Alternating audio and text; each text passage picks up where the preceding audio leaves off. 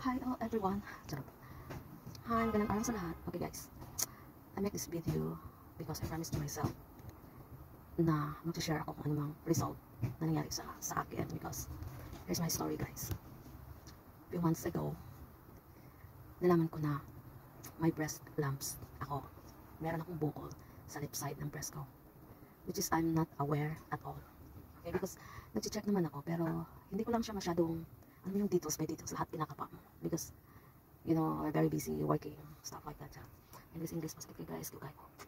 Pero guys, some other people don't want to share about personal, especially yung ganun illness, something like that. But, para sa akin, parang awareness na din sa ibang babae, lalo na dun sa mga 40s like me. Because you know guys, pag 40s na tayo, lumalabas na yung mga karamdaman. We're not getting any younger, right? Okay guys, back to my story. Meron akong bukol na nalaman ko few months ago. Siyempre na-shock ako kasi hindi nga ako aware. Naririnig ko lang. Tapos, para sa akin, healthy naman yung kinakain ko. Tapos nung nalaman ko guys, nung nagbakasyon ako last February, I supposed to be undergo ultrasound in the Philippines, but I don't have enough time to do it. So, I decided to make it here because naisip ko na may insurance naman, di ba? So, hindi ako magbabayad. But, hindi ako aware na ang hirap pala kumuha dito ng yung anong in-advise. Pumunta kasi ako sa doktor sa Pilipinas, in-advise akong i-ultrasound. So wala akong time kasi kinabukasan flight ko na pabalik dito. Pagdating ko dito, syempre yung mindset mo is nagpapanik. Ang daming what ifs, diba? What ifs kung may cancer ako, gano'n. Syempre aware tayo dyan. Although wala namang history ng cancer yung family ko, sa pagkakalam ko. Pero guys, na-stress ako actually. Na-stress talaga ako. What if? Ang daming what if. Mamamatay na ba ako? May cancer ba ako? Gano'n.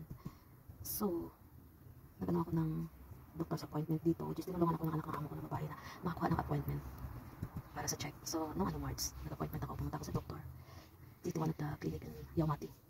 Tapos, chinek ako ng doktor, pinapa niya yung breast ko, yung tapos sinabi ko na nirefer ako ng doktor sa Pilipinas ng ultrasound, tapos nilagay niya doon, tinanong niya yung mga history ko, nag-ano ba ako, nag-medication ba ako ng matagal. Lahat yun guys, no yung answer ko, no, kasi wala naman talaga, kasi sa pagkakalam ko, healthy talaga ako. Ngayon guys, nirefer niya ako sa Queen Elizabeth Hospital para mag-undergo ng ultrasound, mammogram, or biopsy. Pero nalaman ko guys, ang hirap palang makuha ng mga ganun dito. So naghintay ako hanggang sa bigyan nila akong appointment. Appointment ko last month. Yeah. And I feel so lucky kasi nga yung iba dito nakakakuha sila ng appointment. Few months pa.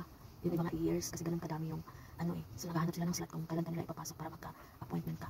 Buti na lang yung sa akin that day ng appointment ko. Mabait yung nag-assist sa akin. Sinabi niya na ihahanap niya ako ng slot. Kasi umaga ko pumunta tanghali. Hinahanap niya ako ng slot. After nun, baka daw makapasok ako. Buti na lang. Nakapasok ako guys in that day. Ang swerte ko that day guys. Although minalas-malas ako sa umaga. Pero in that day, nag-undergo ako ng ultrasound, mammogram, and biopsy. Doon ako nabalik sa biopsy guys. Yung tinusok yung suso mo, kinuha na ng sample doon sa may bukol. Nakita ko yung bukol ko doon sa monitor. Ang sabi doon, 1.5 cm. Ganun kalaki, nakita ko talaga yung doon sa may under the nipple, doon yung bukol. Kaya hindi ko siya napapansin na meron pala kasi doon siya. So, pinunan nila ng sample. So, siguro mga an hour siguro. Tapos, siguro mga 30 minutes yung proseso ng, ganun para. Tapos, pagkapos nag-stay ako ng 30 minutes sa bed, hindi ako pinapagalaw. Tapos, after na umuwi na ako, hilong-hilo ako pag-uwi ko kasi buong araw ako sa hospital.